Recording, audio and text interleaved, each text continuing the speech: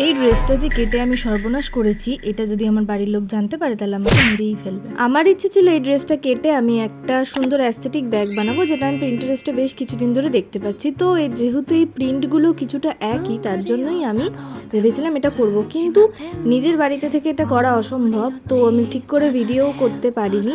তো আমি ঠিক করেছিলাম যে এই ব্যাগটা আমি দিদুন বাড়িতে নিয়ে গিয়ে পুরোটা বানাবো।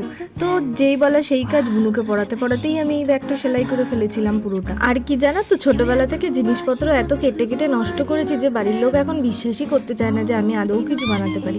টু বি অনেস্ট, এখন এরকম কোনো ব্যাপার নেই, সবাই বিশ্বাস করে যে আমি বানাতে পারি। তো এই ব্যাগটা মোটামুটি কমপ্লিট করার পর আমার বেশ ভালোই লাগছিল। হ্যাঁ, তবে পুরোটা রেফারেন্সের মতো আমি করিনি।